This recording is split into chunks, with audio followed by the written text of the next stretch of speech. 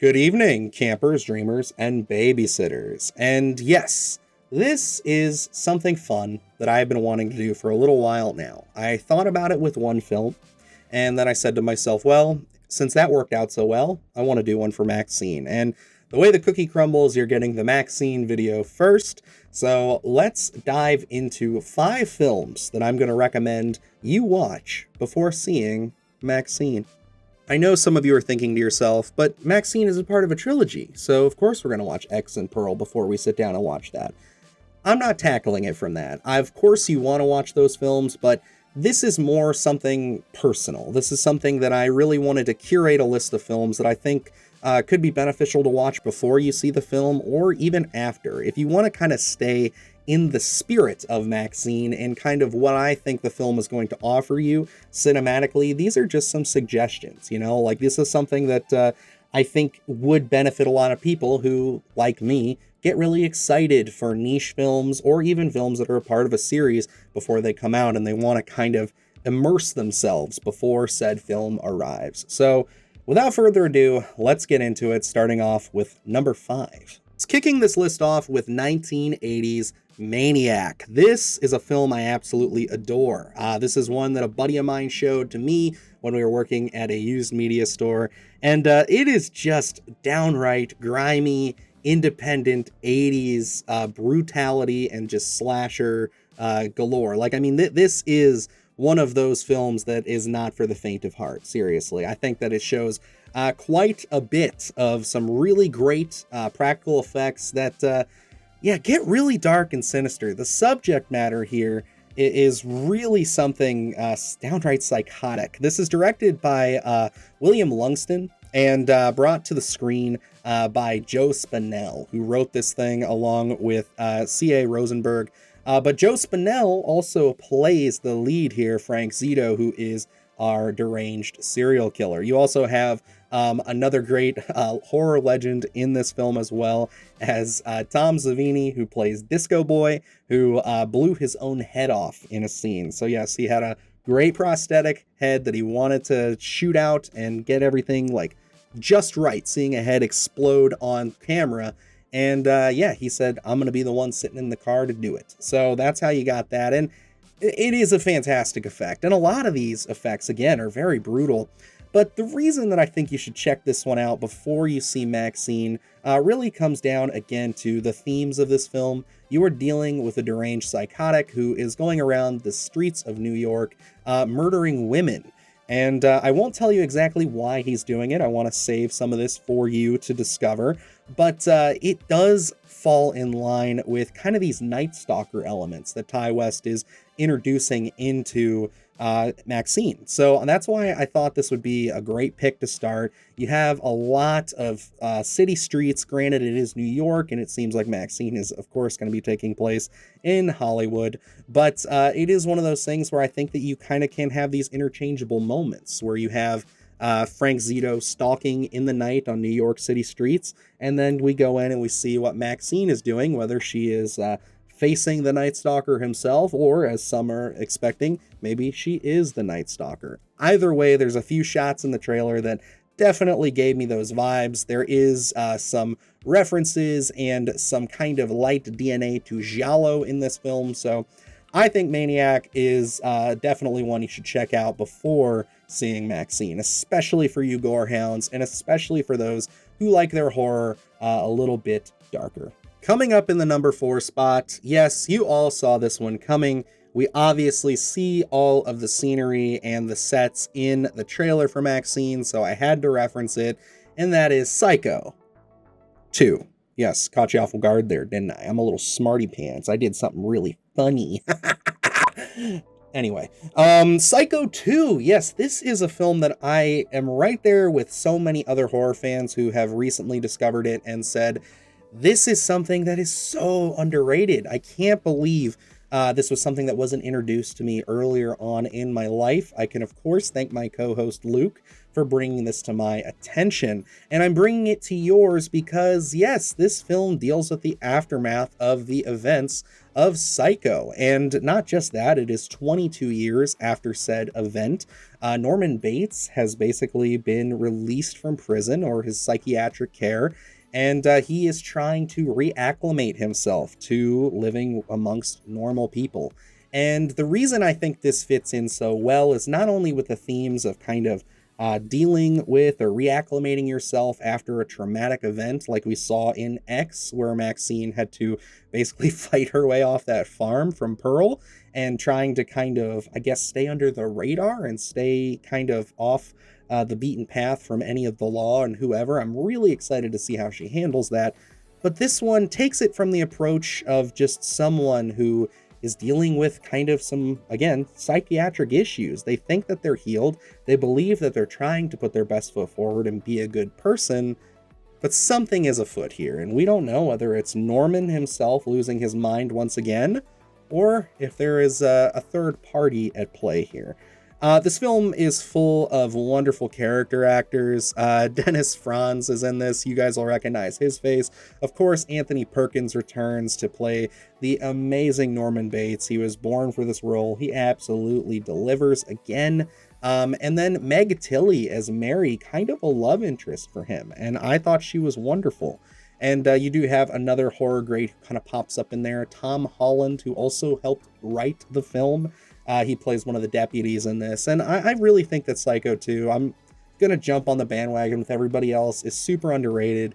It really has no reason to be as good as it is, but it does. It's not necessarily a one-to-one with the first Psycho as far as tone and just the way the story structure is, not really at all, but it kind of finds its own voice, and I think more people should discover it. And plus, with us kind of spending some time with, you know, the Psycho kind of sets in the film of MAXXXINE, I think that this would be the best one to give you kind of that, what it looked like in the 1980s. If anything, I think that maybe the set she's on would be for this film. So I'm really curious to see what they do with it. Luke also mentioned in our trailer breakdown that they might be pulling some angles from an original script that got turned into a novelization for this film, about kind of a detective trying to track down Norman Bates, a la the detective we see in MAXXXINE trying to track her down. So there's a lot of threads in here. It's another reason for me to get this film out there, and I think that, yeah, this is another one thematically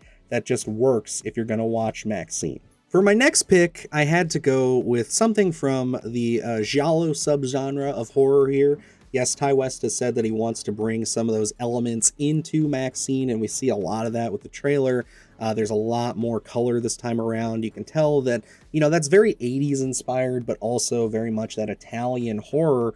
And yeah, I definitely had to take the opportunity to mention 1977's Suspiria. Now, I know some giallo fans will push back on this and say, why are you recommending this over like Deep Red or something else? It's like, for me, this is a very accessible film, and I want people who maybe aren't as familiar with giallo horror to kind of enjoy the experience, because some of those films can be pretty intense. Not saying that this isn't, but this is one of those ones that I think has just enough bite for a general audience to really get involved with. So I think if you're going to start here, this would be a good jumping off point, and then you can kind of start making your way through some of these other films. But this is a very interesting flick. I mean, it really just centers around a German ballet academy where an American girl comes to study and learn and better herself. And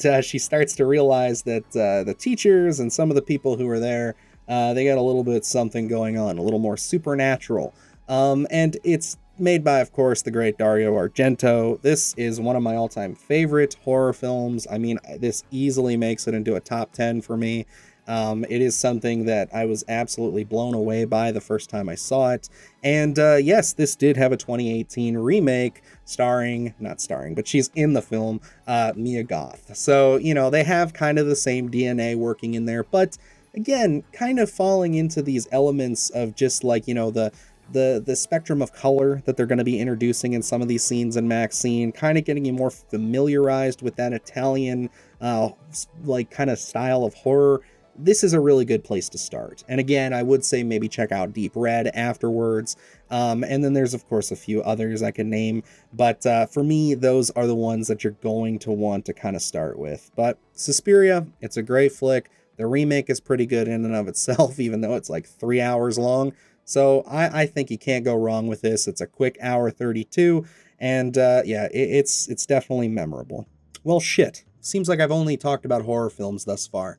So let's go into number 2 with, of course, the film that MAXXXINE has been most compared to from all the reviews and all the early reactions. And that's going to be Quentin Tarantino's Once Upon a Time in Hollywood. Yeah, I mean, there's a lot of reasons why this film is being compared to MAXXXINE, and you can clearly see it from the trailer. This is a celebration of old Hollywood. You know, this is a film that talks about actors in the summer of 1969 who kind of were, you know, at least one of them was a big television star. You know, he had his brush with fame, and he's kind of on the outskirts of it now. He's kind of coming to the end of his rope. And we're talking about MAXXXINE, where you see a porn actress who is now kind of just getting her foot in the door with large scale, you know, filmmaking. So it's something that I think thematically they work together really well. But again, you got to go back to that angle of a celebration of Hollywood. This celebrates Hollywood everywhere from the 50s to the 60s, and of course, as we get into the 70s, towards the later half of this film. But MAXXXINE is very much talking about 80s. It's talking about when we kind of started to move into the VHS landscape of things. And this has an absolute incredible cast. I mean, Tarantino is known for having that. We have the great Leonardo DiCaprio and Brad Pitt on screen together, and the always wonderful tour de force that is Margot Robbie in this. I mean, just those 3 names alone, I know will sell tickets to some of you. But for me, man, I think that this movie just comes down to a lot of its subtleties.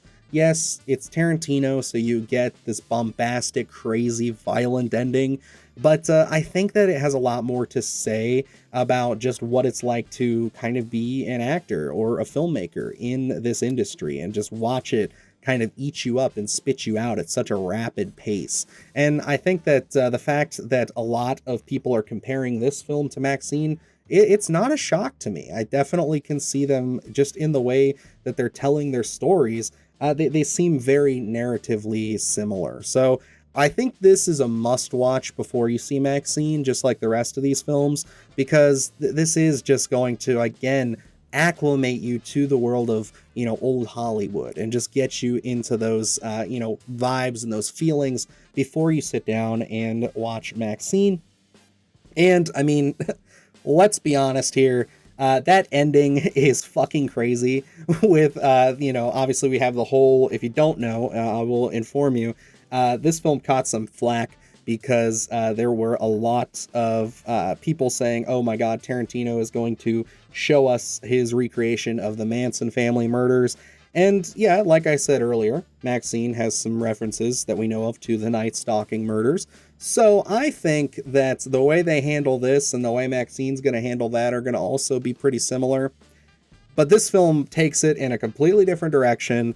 It makes it, I guess, gruesome, but fun. And I think any Gorehounds horror fans will appreciate that.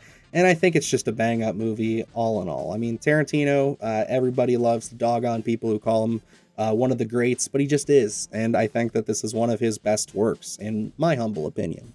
And that brings us down to our final film here. And before I dive into that, if you like this video, you like what I've been doing with this series, I'm hoping to do a few more of these as time goes on. Yeah, hit that subscribe button. It would mean a lot to me. We are working our way close to 3,000 subs. And yeah, I think that these are a really good way for me to talk about, again, films that aren't just horror films. I love talking about horror, but I think that there is a little bit of crossover appeal in some of these other films here. They're not all just like, you know, squeaky clean comedies. There's a lot of darkness in films that aren't necessarily considered horror. And yeah, my final pick here is absolutely one of those. And I'm going with 1997's Boogie Nights. Yes, a film about the porn industry. And yeah, you go through a few different eras in this. You know, you go through probably about a span of 5 years or so that kind of shifted the industry from, you know, basically being exclusively in cinemas to VHS tapes, which we're going to be seeing a little bit of that in MAXXXINE, so it already kind of ties together with the story there. But I think on the deeper side of this, just like with Once Upon a Time in Hollywood, this more in a literal sense, you do see the rise and fall of an actor, in this case being Mark Wahlberg's character, who is Eddie Adams, aka Dirk Diggler. And yeah, you just get to watch him kind of come up in this industry, get taken under the wing of Jack Horner, who is played by the great Burt Reynolds, and watch him kind of get introduced, in a sense, get brought in, and then watch it all go to hell. Like it's really both a funny, informative, but also very sad and dark film at times. It really goes through each of its characters' lives and kind of gives you a slight dissection on the highs and lows of being someone who works in the adult film industry. And yeah, when they hit those highs, it's just as fun as watching like Ray Liotta walk around the clubs and stuff in Goodfellas. But the lows, yeah, they are very, very low, and they get very dark. There is a character in here who I will not spoil for you that they visit later on in the film, and you all know the actor, and it's a fantastic scene, but it's intense and it's scary, and it gets that your blood pumping, it gets you sweating. It's pretty insane. But I think that this is one of Paul Thomas Anderson's best films.